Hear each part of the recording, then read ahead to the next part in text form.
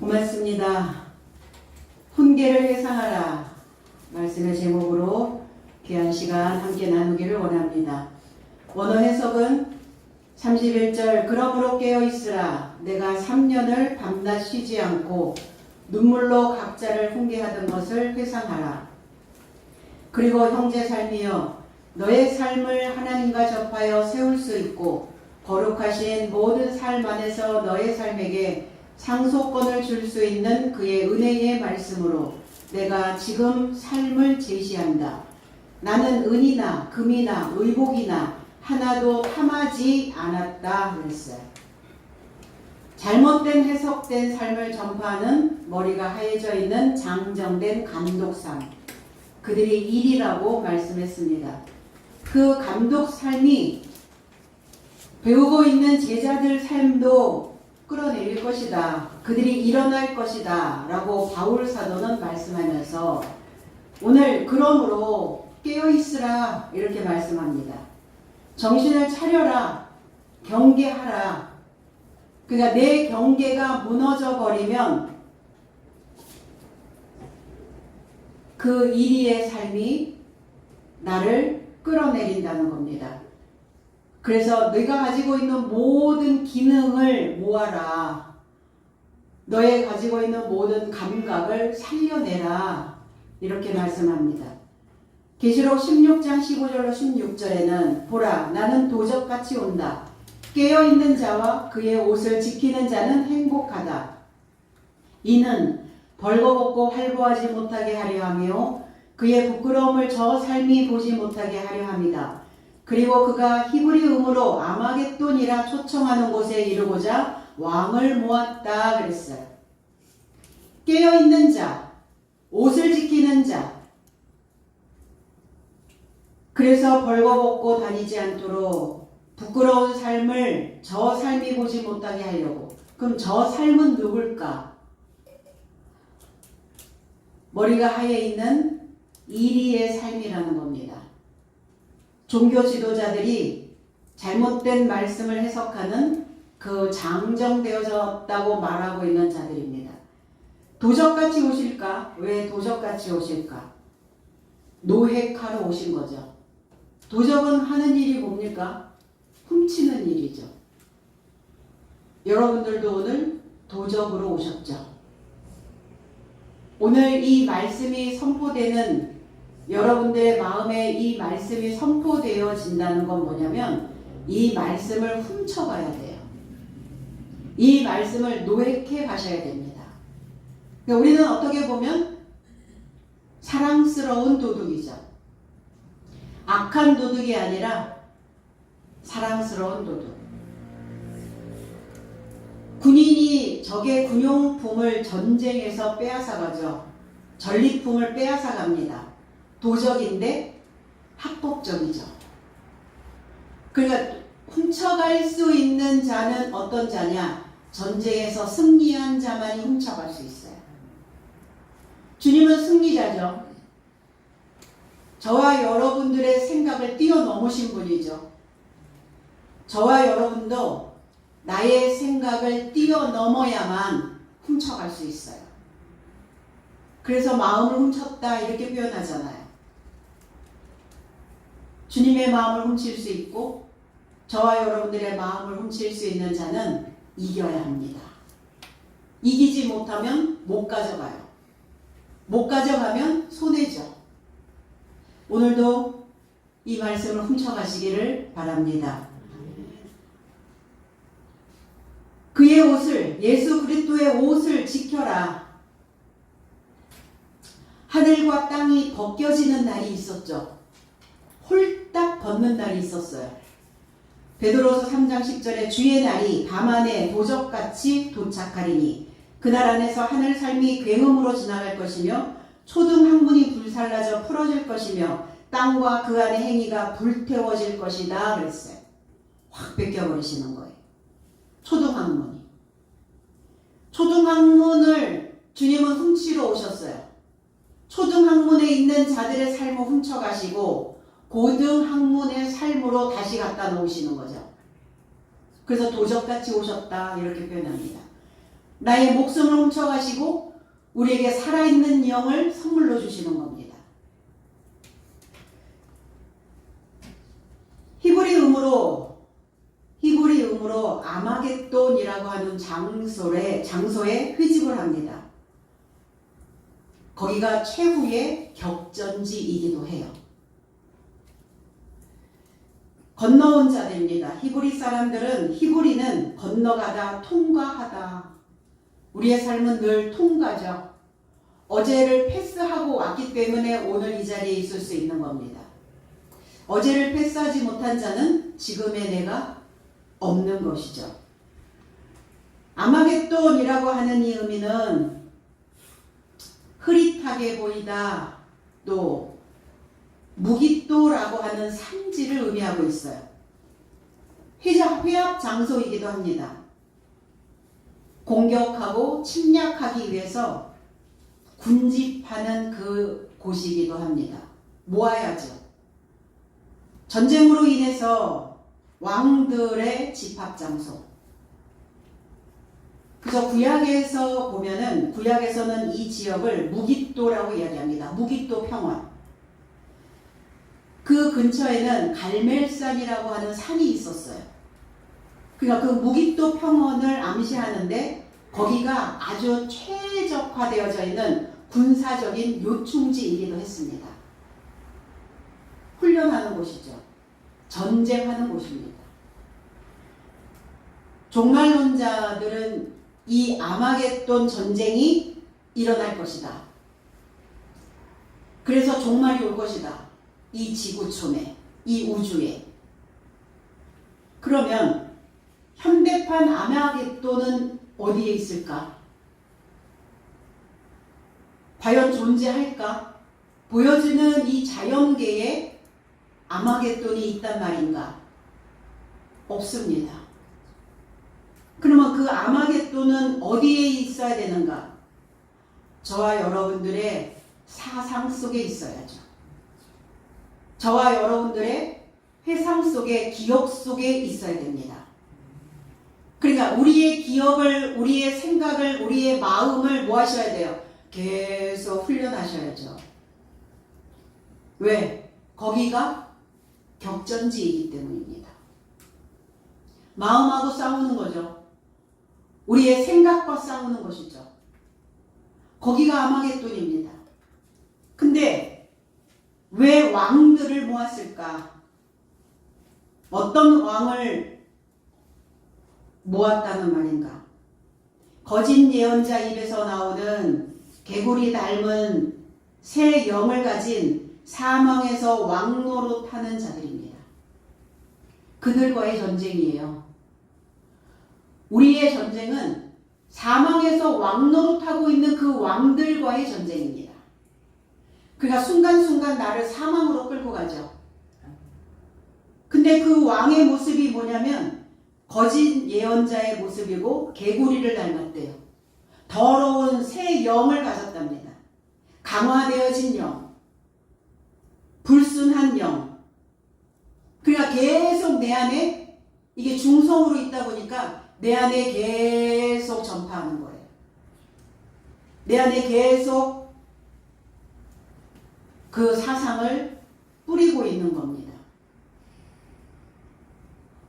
그들은 귀신의 영이고 운을 분배하는 자고 그들은 악신입니다. 근데 개구리를 닮았대요. 이 개구리는 어떤 습성이 있느냐? 늪지에 있죠. 그리고 늘 습한 곳에 있습니다. 늘 젖어 있어요. 나의 추억으로, 내 사상으로, 내 감정으로 늘 축축해요. 늘 끈적거려요. 개운하지가 않아요. 생각이 쾌청해야 되는데 쾌청하지가 않습니다. 개구리. 그리고 이 개구리는 되돌아오다 이런 의미를 가지고 있어요. 되돌아오기도 하고 되돌아가기도 합니다. 오고 가는 거예요.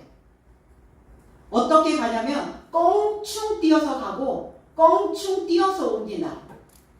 그게 얼마나 빠르겠어요? 스피드가 있단 말이에요. 그리고 할퀴다 이런 의미를 가지고 있습니다. 손톱을 세우다 이런 손톱 확 세우는 거죠. 신경이 곤두서다 우리 그런 표현 하죠. 뭐가 곤두서 있는 거예요. 항상. 그러면 타인만 핥혀지는 게 아니죠. 내 마음이 이미 핥혀집니다. 나를 핥히고 나에게 계속 상처를 주는 그 끝이 뾰족한 부분이 내 삶 속에 있어요. 그게 뭐냐면 붓입니다. 붓. 기록하죠. 항상 예민하고 뾰족한 그 글씨를 그 붓이 내 안에 항상 있는 거예요. 철필. 항상 긁죠. 그래서 이 뾰족한 끝이라는 의미도 가지고 있어요. 바리새인, 서기관, 대제사장, 장로의 삶, 종교 지도자, 우두머리 그들이 항상 뾰족한 철필을 가지고 있었던 거예요. 그러니까 그들이 기록해 주는 것은 항상 마음의 상처가 되는 거예요. 그러니까 철필로 긁혔으니 어때요? 쉽게 지워지지 않겠죠. 그들의 사상이, 그들의 생각이, 그들의 마음이 그 흔적을 지우려면 지워질까요? 안 지워져요. 그러니까 그 흔적을 지울 수 있는 방법은 그냥 잘라버리는 거예요. 뭐 지우개로 깨끗이 지우면 된다고 하는데 지우개로 깨끗이 지워지지 않습니다. 왜 옷을 입어라 그러시나 전쟁을 치르다 보면 옷이 벗겨져요.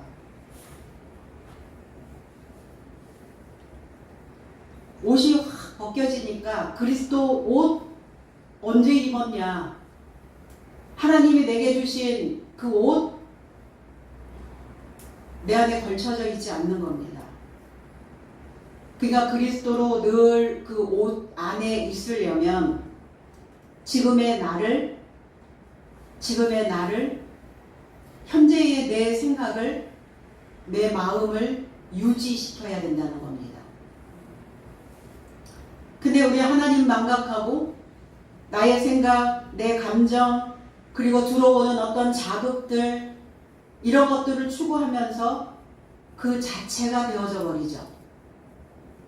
그러니까 우리는 하나님의 안전기지에서 나의 모든 기능을 모아 정신 차리고 있어야 벌거숭이가 되지 않는다는 겁니다. 그래서 그 아마겟돈에서 그 산지에서 전쟁을 치룰 때 개구리 닮은 이 더러운 영을 가지고 있는 그 생각을 몰아낼 수가 있습니다. 사도 바울은 내가 3년이나 눈물로 기도했던 것들을 기억하라, 회상하라 그래. 3년. 강화되어진 거죠. 내가 너희들에게 전했던 그 말씀을 너희들은 계속 세습받아라. 말씀을 세습받아야 됩니다. 우리가 자녀들한테 세습해줘야 되는 것은 뭐냐? 믿음입니다. 살아있는 하나님의 말씀이에요. 그래야 그들의 삶이 달라져서 살 수 있어요. 그리고 그 몫을 감당할 수 있게 된다는 겁니다. 밤낮 죽음을 무릅쓰고 그 어두움의 그림자들과 항상 싸우며 갔어요. 바울 사도도. 사울이었었던 적이 있었잖아요.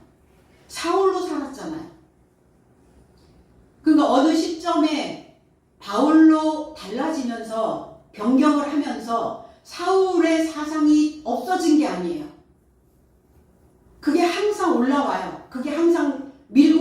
올라옵니다. 밀고 내려옵니다. 개구리처럼 항상 돌아옵니다. 그 사상이 나를 늘 핥혀요. 밤은 뭡니까? 죽음이죠. 죽음.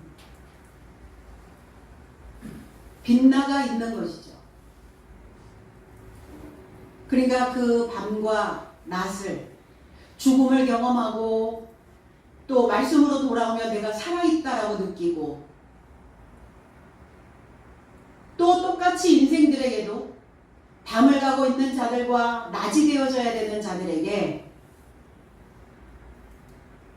이 말씀을 쉬지 않고 전하셨어요. 그래서 우리 이렇게 얘기하죠. 내가 죽기 살기로 그걸 감당하고 있어. 내가 죽자 살자 하고. 근데 왜 항상 죽음이라는 단어가 앞에 올까요? 우리가 살기 죽기 이렇게 안 하죠. 죽기 살기로 이렇게 얘기하죠. 항상. 죽어야 살 수 있으니까. 그래서 죽을 힘을 다하여 그 판가리 싸움을 하는 겁니다. 판가름을 하는 치열한 싸움. 이게 판가리 싸움이에요. 판가름. 옳고 옳지 않음. 분별할 수 있는. 내 바탕이 지금 어떻게 되어져 있느냐. 밤이냐 아니면 낮을 향하여 가고 있느냐. 눈물로 기도했다고요. 간절한 마음으로. 디모데후서 1장 4절로 7절에는 너의 눈물에 관해 회상하며 너 보기를 갈망함은 내가 기쁨으로 가득 채워지게 하려 함이니 외식 없는 믿음의 의식을 너의 안에 취하였으니 이 믿음은 먼저 내 할머니 로이스와 내 어머니 유닉의 안에 내주하였으며 나는 내 안에도 내주하는 것을 확신하노라. 이를 인하여 하나님의 은사를 불살리려고 내가 너를 회상하는 이유이니 내 안에 나의 안수로 인한 하나님의 은사가 있으니 이는 하나님이 우리에게 비겁함의 영을 주신 것이 아니요 오히려 능력과 사랑과 건전한 정신의 영을 주신 것이다. 바울 사도는 디모데를 회상하며 그리고 디모데가 그 현장에서 흘렸을 그 눈물을 기억한다.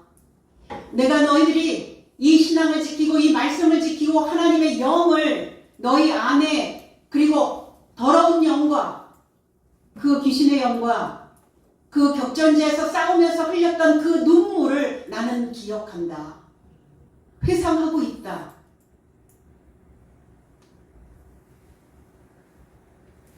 그래서 디모데를 향한 사랑의 눈물로 지금 소식을 전하고 있는 바울 사도입니다.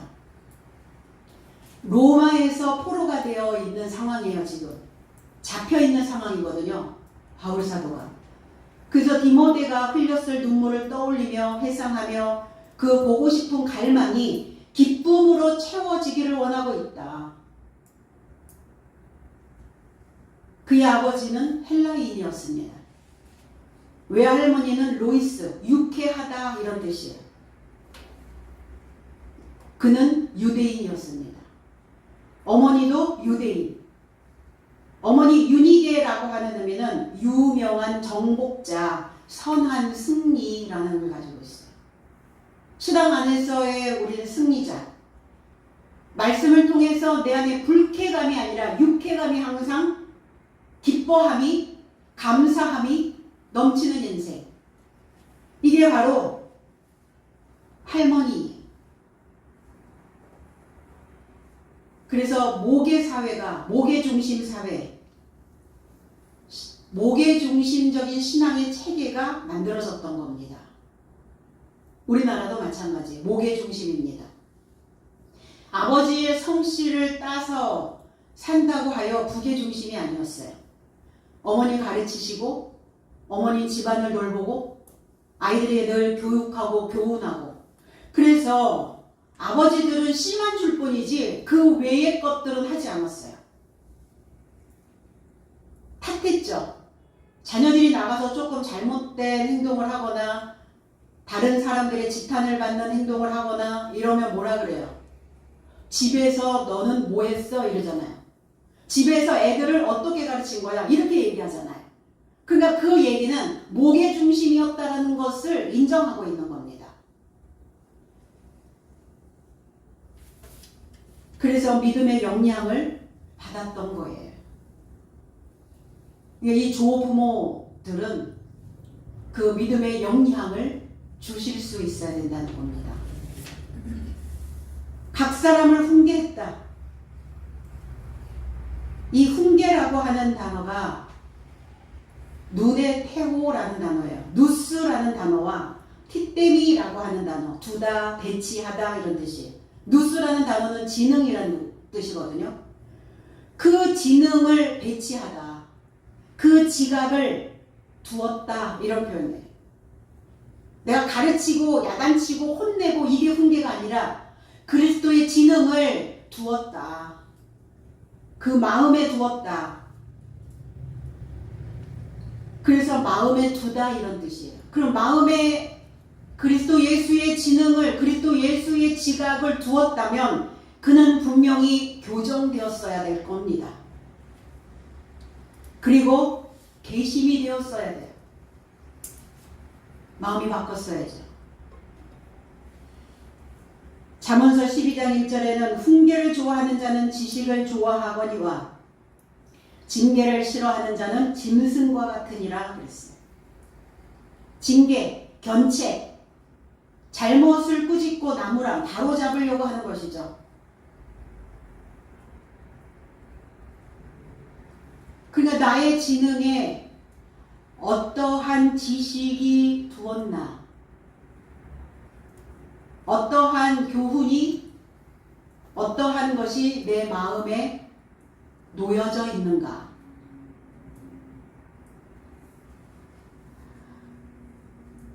그래서 훈계를 받지 않고 징계를 싫어하면 짐승과 같대요. 짐승은 왜 짐승이냐? 우매무지한 자를 짐승이라고 얘기합니다. 어리석은 자를 짐승이라고 얘기합니다. 그 어리석음으로 짐승 같은 생각으로 미련한 생각으로 불붙여져 있는 거예요. 그래서 이 짐승이라고 하는 이 단어에 불이 붙다 이런 의미도 가지고 있어요. 내 안에 어떤 불이 타고 있는지 인식하셔야죠. 출애굽기 3장 2절에 여호와의 사자가 떨기나무 가운데로부터 나오는 불꽃 안에서 그에게 나타나시니라. 그가 보니 떨기나무에 불이 붙었으나 그 떨기나무가 사라지지 아니하는지라 그랬어요. 여호와의 사자가 모세에게 파견이 됩니다. 근데 불로 나타났어요. 떨기나무, 가시나무. 왜 가시나무에 여호와의 사자가 파견이 됐을까? 가시나무는 어때요? 찌르죠. 율법입니다. 법은 내 안에 들어오면 찔림을 받죠. 찔림을 받는 거예요. 이게 떨기나무의 의미예요. 가시나무의 의미입니다. 그 불꽃이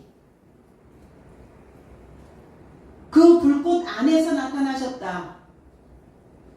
그 불이 붙었으나 사라지지 않았다. 불.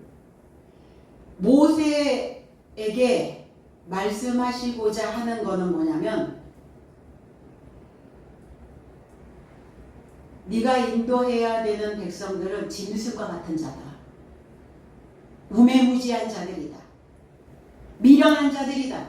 법이 없는 자들이다. 그러니까 그 법이 꺼지지 않아야 되고 지금 불이 붙었다는 것은 짐승의 불이 붙어 있는 자들이다. 모세 안에도 사실은 마찬가지죠. 그러니까 지도자 안에 짐승의 불이 먼저 붙어 있는 거예요.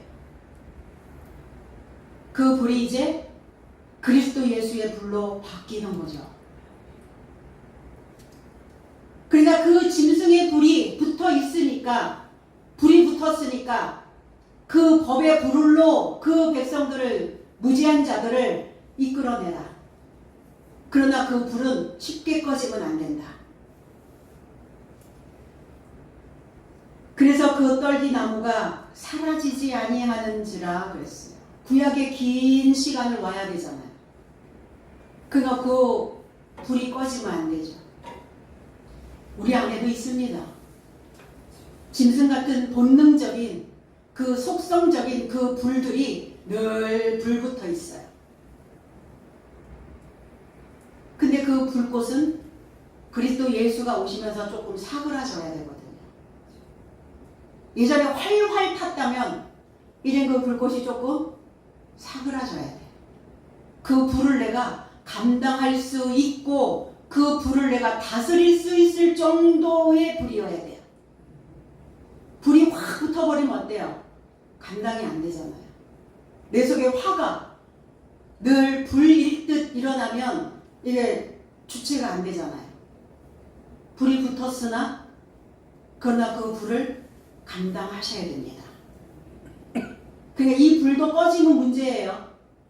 인간은 본능을 가지고 있기 때문에 본능의 불이 꺼질 수는 없습니다. 다스릴 뿐이에요. 그래서 더 강한 불로 그 불을 다스리라고 그리스도 예수가 불러오신 겁니다.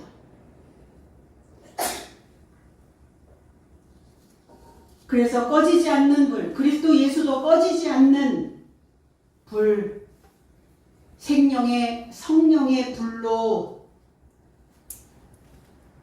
그리고 생명의 성령의 법으로 그 불을 이제 삼키는 거죠. 다스리는 겁니다. 누구의 불이 내 속을 태우나. 불의 역할은 태우는 겁니다.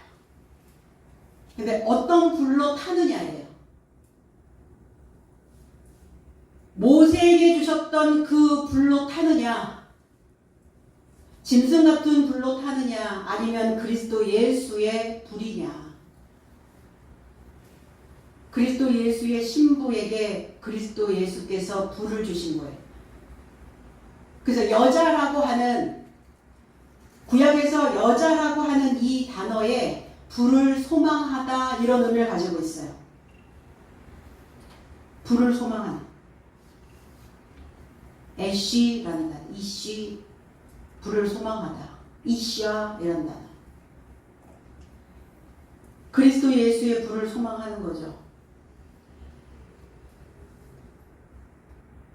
그러니까 그 삶이 너희들에게 늘 있다라는 것을 회상하라. 생각하라. 그것이, 그걸 기억하기 위해서, 회상하기 위해서 우리는 기념비를 세우고 거기다 유적지를 만듭니다. 저와 여러분들의 안에 무덤을 만듭니다. 그러면 그 무덤 안에 그리스도 예수가 계시는가? 아니면 그 무덤 안에 마른 뼈들이 있는가? 유다서 1장 17절에 그러나 사랑스러운 너의 삶은 나의 삶의 주 그리스도 예수의 사도에 의하여 미리 보여준 말씀에서 회상해야 한다. 그 너희들이 회상해야 되는 것은 뭐냐면 말씀을 회상해야 된다. 하나님을 회상해야 된다. 그리스도 예수를 회상해야 된다. 사도 바울이 가르쳤던 그 말씀을 회상하라. 그러면 그 말씀이 뭐냐? 이해되어진 말씀이에요. 깨달아지는 말씀입니다. 해석되어서 설명해주는 말씀입니다. 그런데 지적인 호기심이 있어야 그 말씀이 회상되죠. 그 말씀이 기억납니다. 그리고 알아야 이해되어져야, 깨달아야 기억나요. 이해되지 않았는데 기억이 날 리가 없잖아요.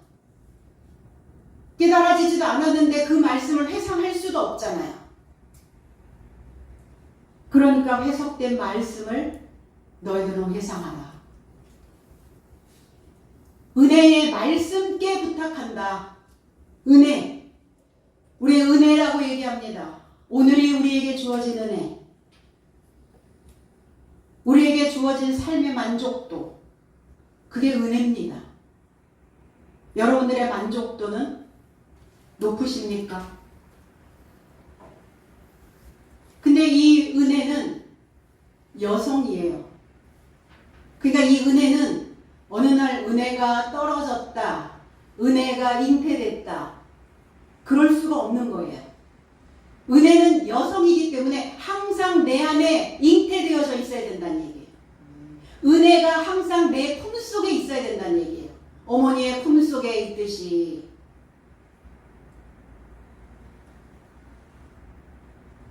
마음에 주는 신성한 영향, 우리의 삶의 직접적인 반영, 이게 바로 은혜입니다.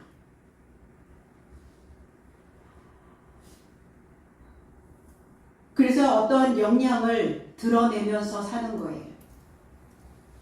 그 은혜가 내 안에 항상 반사되어져 내 안에 가득 채워져 있는 겁니다.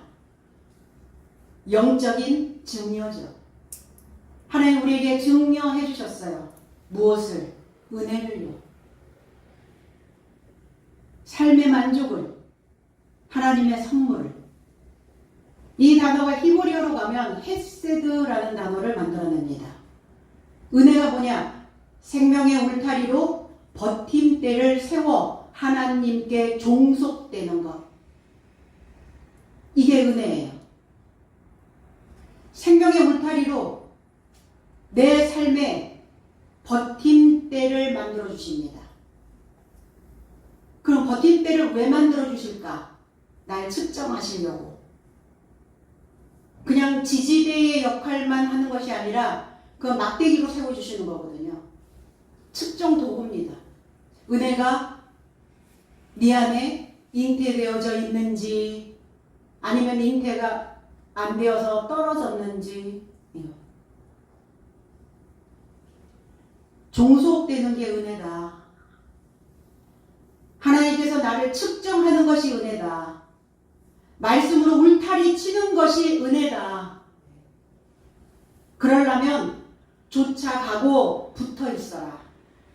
이 종속이란 단어가 조출 종에 붙을 속자입니다. 쫓아가서 바짝 붙어 있어라. 멀리 떨어져 있지 말고. 근데 너무 뾰족하면 붙을 수가 없죠. 끝이 너무 뾰족뾰족하면 쫓아갔다가도 붙고 싶지가 않은 거예요. 붙어야 되는데.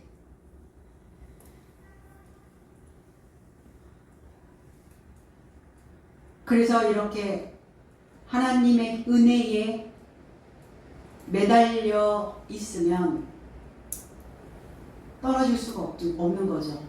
그 말씀이 항상 내 안에서 돌아다녀요. 활보합니다. 이사야 55장 3절에도 너희는 귀를 기울이고 내게로 나와 들으라. 그리하면 너희의 영혼이 살리라. 내가 너희를 위하여 영원한 언약을 맺으리니 곧 다윗에게 허락한 확실한 은혜이니라. 이 헤세드. 귀를 기울여라. 넓게 펴라. 귀를 좀 펴라. 펼쳐라. 귀를 뻗어라. 그래서 귀 이 한 평에 이 귀가 귀 한쪽 귀 하나가 500평이라네요. 500평. 그럼 우리는 귀를 2개 가지고 있으니까 두 귀는 1000평이잖아요. 그러니까 넓게 펴라. 그리고 들어라. 들으려면 하나님의 물로 나를 연마해야 들립니다. 그 말씀으로 나를 끊임없이 연마해야 그때서야 들려요. 그때서야 보여요. 지난주부터 아니면 지난달부터 이렇게 했는데 왜 안 보였지 그동안? 왜 안 들렸지? 어느 날 갑자기 확 보이고 어느 날 갑자기 확 들려요. 너희의 목숨이 살기를 소망하게 될 것이다. 소망을 붙잡게 될 것이다. 항상, 늘, 언제든지 이 영원한 은혜, 이러니까 영원이란 단어, 이게 영원이 아니라 항상, 늘, 언제나, 언제든지 그 언약을,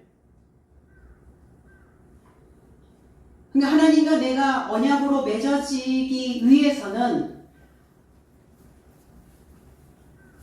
하나님과 내가 계약 관계가 되기 위해서는, 도장을 찍기 위해서는 내가 하나님에게 묶여야 해요. 이 계약이라고 하는 단어가 맺을 게에 묶을 약입니다. 맺어지고 묶이는 거예요. 이게 언약입니다.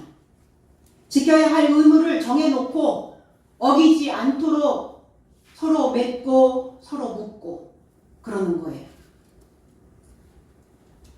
다윗에게 허락한 진리로 훈련된 은혜다. 진리로 훈련된 은혜. 그래서 말씀께 부탁한다. 부탁. 파라키테미라는 단어에 나란히 놓다, 제시하다 이런 뜻이에요. 내가 너희에게 제시하고 있다. 제시가 뭡니까? 글이다. 말로 드러내어 보여지거나 가리켜지다 이런 뜻이에요. 목적을 위해서 내어 보여지다. 뭔가 제시하죠. 우리는 늘 제시를 받죠. 마태오 13장 24절에는 그는 유사한 비유를 저 삶에게 제시하여 말씀하시되 하늘나라는 그의 들 안에 좋은 씨 삶을 뿌리는 사람과 닮게 되었다 그랬어요. 좋은 씨가, 좋은 씨를 나는 너희들에게 제시를 한다. 하늘의 삶을 제시한다. 하늘나라는 뭐냐? 하늘나라가 된다는 건 뭐냐? 씨를 뿌리고 있는 자다. 좋은 씨를 뿌리고 있는 자. 그러면 좋은 씨를 뿌리고 있다면 그가 바로 하늘나라 천국의 삶이라는 거예요.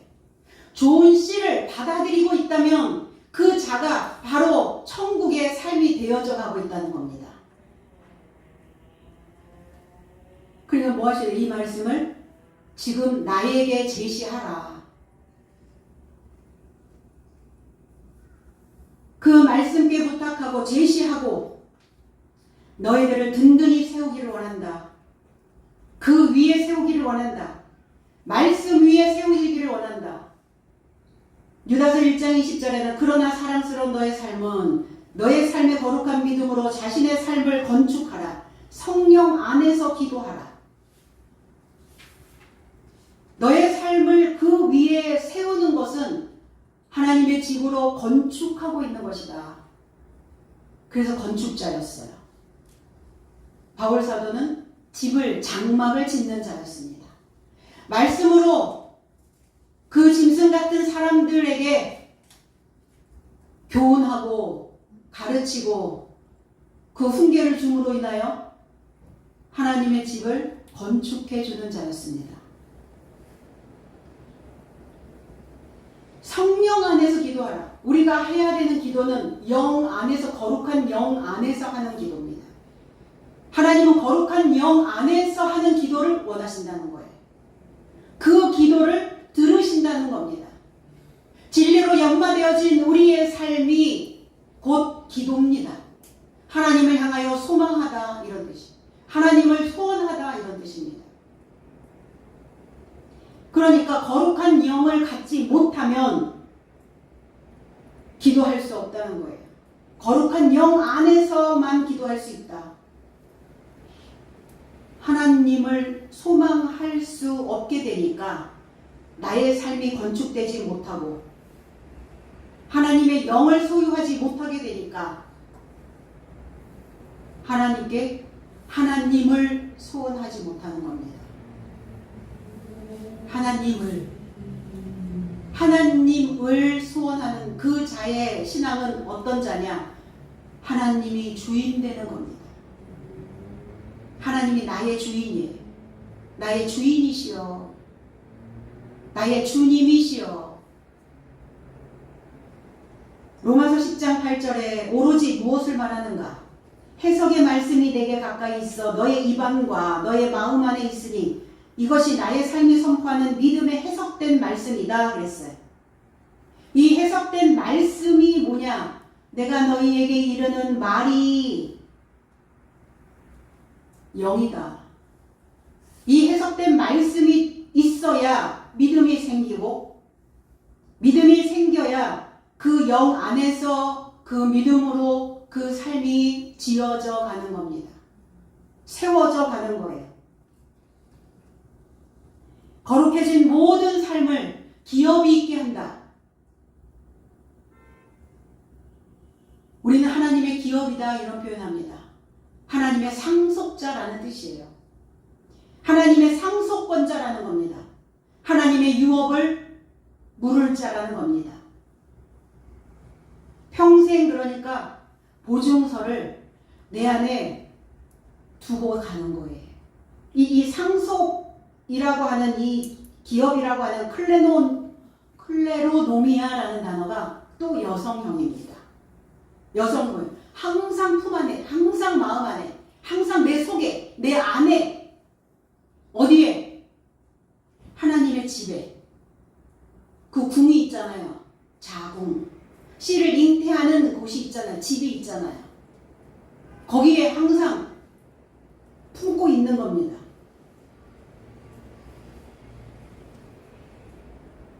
이 세습된 재산을 분할받지 못하면 억울하죠. 배당받지 못하면 나의 할당 받아야 되는 이 할당을, 그 몫을 내가 받지 못하면 분통 터지죠. 근데 우리 하나님의 것을, 하나님의 몫을 할당을 받았는지 받지 않았는지조차도 알아보려고 하지 않아요. 우리가 할당 받아야 되는 것은 말씀입니다. 흐레마의 말씀이에요. 하나님의 영입니다.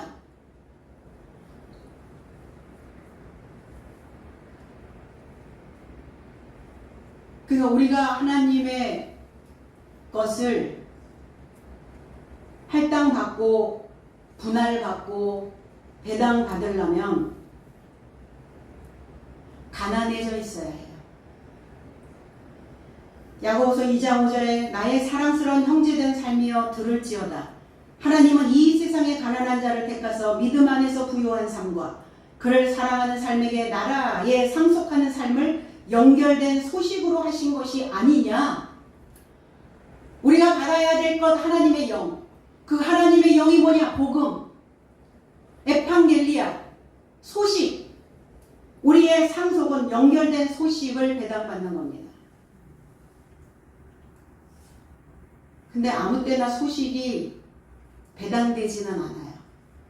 맨날 하나님의 소식이 내 안에 할당되어지고 분할되어지고 내 안에 몫으로 들어오면 무감각해진다는 거예요. 좋은 걸 좋은 것으로 느끼지 못한다는 겁니다. 그래서 하나님이 내가 너에게 지금 상속을 하고 있다. 배당을 하고 있다. 너에게 지금 몫을 내가 줄 것이다. 그러시고 어떤 메시지를 주시는데 그 메시지는 사건입니다. 문제입니다. 사람들 싫어하시죠?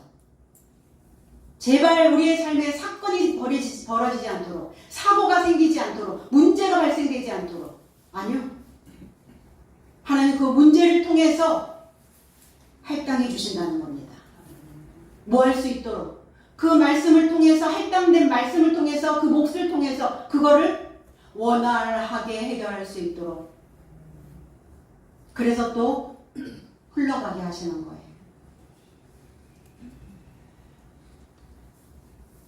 그래서 동력자들이 필요하죠. 우리 윤경 목사님 지난주에 어떻게 하지? 어떻게 할까? 어떤 문제를 놓고 막 그렇게 얘기를 했더니 목사님 그냥 흘러가는 대로 가세요. 배당을 해주더라고요. 마음이 얼마나 편안해지던지 마음이 너무 평강이 오더라고요. 그렇지, 그냥 흘러가면 되지. 우리 계획대로 뭐 된 게 있나? 하나님이 그때그때 어떤 문제를 통해서 우리에게 뭔가 몫을 주시고자 하는데 그러면 그 몫 감당하고 가면 되지. 분할 받았으니까, 배당 받았으니까 안 할 수 없잖아요. 그런데 몫을 받았는데 내 몫을 제대로 못 해내. 그러면 누군가 그 몫을 짊어져야 되잖아요. 그래서 버겁고 힘들기도 하지만 감당할 수 있는 힘을 주신다고 하니까 그러니까 또 흘러가 보는 겁니다. 그러니까 주셨을 때 문제를 통해서 어떤 사건을 통해서 내 몫을 주셨을 때 그 몫을 잘 챙기시길 바랍니다.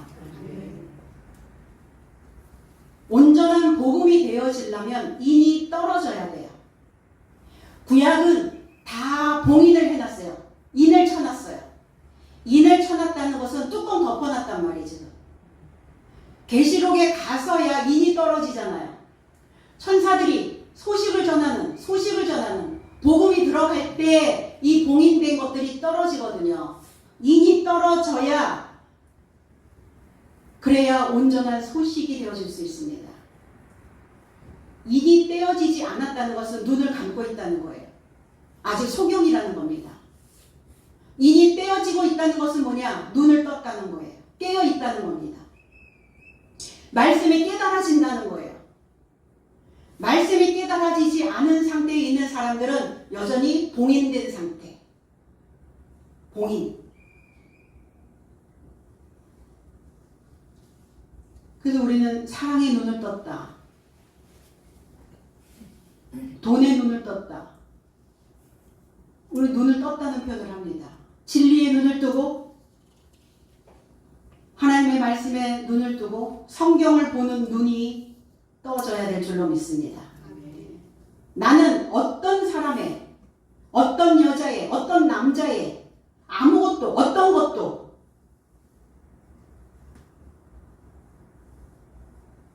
구하지 않았다. 은이나 금이나 은, 금, 옷. 은은 뭐냐? 빛나는 것이죠. 금도 빛나는 것입니다. 은은 사모하다 이런 의미를 가지고 있어요. 몹시 탐내다 이런 의미를 가지고 있어요. 히브리어 넘어가면 은은 케세프, 금은 짜하부, 반짝이다, 맑은 하늘 이런 뜻이에요. 뭔가 내 안에 가득 나를 꾸미고 나를 빛나게 하고자 하는 뭔가로 꾸미고 있는 이 삶, 이게 금과 은의 모습이라는 겁니다. 시편 135편 15절에 열국의 우상은 은금이요 사람의 손으로 만든 것이라. 사람의 손으로 만든 것이래. 은금이. 열국 한 덩어리로 있는 거예요. 이방인입니다. 하나님을 이해하지 못하고 알지 못하고 깨닫지 못하는 자. 우상이 뭡니까? 형상. 새겨져 있는 거예요. 내 안에. 흙으로 만든 이런 의미를 가지고 있어요. 흙으로 만든 이방. 흙으로 만든 자가 누굽니까? 첫 아담이죠. 그래서 고린도전서 15장 47절에서는 첫사람은 땅에서 났으니 흙이요 그랬어요. 둘째 사람 하늘에서 내신 주님이시다. 그러니까 이 우상은 첫 사람에게서 나온 법령, 첫 사람에게서 나온 형태, 형상, 모양새, 이걸 우상이라고 얘기합니다. 흙으로 만들어진 자, 입이 있어도 말하지 못하고 뭘 깨달아야 말을 하죠. 내가 뭘 알아야 말을 할 거 아닙니까? 눈이 있어도 보지 못하고 말씀 안에 감춰져 있는 이 비밀을 보지 못한다면 소경입니다. 귀가 있어도 듣지 못하며 배우지 않았으니까 들릴 리가 없죠. 들려오지 않죠. 그들의 입에는 하늘의 영이 없다고요. 진리가 없고 복음이 없습니다. 그저 그냥 종교 생활로 자기를 꾸미고만 있는 거예요. 그게 전부인 것처럼 그것으로 자기를 빛낼 수 있다라고 생각하고 있는 겁니다. 그 의복도 나는 탐하지 않았다. 옷은 수치를 가리는 겁니다. 덮는 겁니다. 옷은 무장하는 겁니다. 출애굽기 12장 35절로 36절에 이스라엘 자손이 모세의 말대로 하여 애굽 사람에게 은금 패물과 의복을 구하며 여호와께서 애굽 사람들에게 이스라엘 백성에게 은혜를 입히게 하사 그들이 구하는 대로 주게 하심으로 그들이 애굽 사람의 물품을 취하였더라. 이스라엘 백성들이 광야로 나올 때 애굽에 있는 은금과 의복을 갖고 나왔어요. 허락하셨어요, 하나님이. 왜 허락하셨을까? 한꺼번에 싹 없앨 수 없으니까. 인간의 본능을 다 없앨 수 없잖아요. 그러니까 어느 정도는 충족시켜서 그들을 성장시키고 그들을 훈련해야 되기에 그거를 허락하신 거예요. 그거 갖고 나왔잖아요. 그러니까 그들이 다시 애굽으로 가고자 했던 것은 그들이 입었던 옷 때문이었어요. 그들이 가지고 있는 은금이었어요.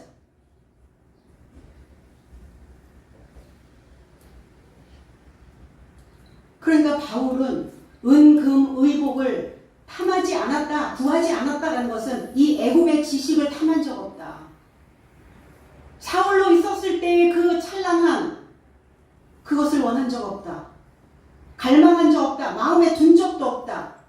그런데 사람들은 취향이 있죠. 취향. 신앙의 취향. 믿음의 취향이 있습니까? 나는 그들이 원하는 취향대로 설교한 적 없다. 뜻 취자에다가 향할 향자예요. 하고 싶은 마음이나 욕구가 기우는 방향. 그렇게 그들을 가르친 적 없다. 그러니까 사람들은 취향을 찾아다닙니다. 내 취향이 아니야. 그래서 내 뜻이 아니야. 내 방향이 아니야. 무슨 신앙의 취향이 있습니까? 하나님의 취향은 어떡하라고요, 그럼? 하나님의 취향대로 가셔야죠. 나의 취향이 올 때마다, 나의 취향이 튀어나올 때마다 우리도 눈물로 훈계하던 것을 회상하고 다시는 그 천한 신분으로 돌아가지 않기를 예수 그리스도 이름 안에서 축복드립니다. 기도하겠습니다.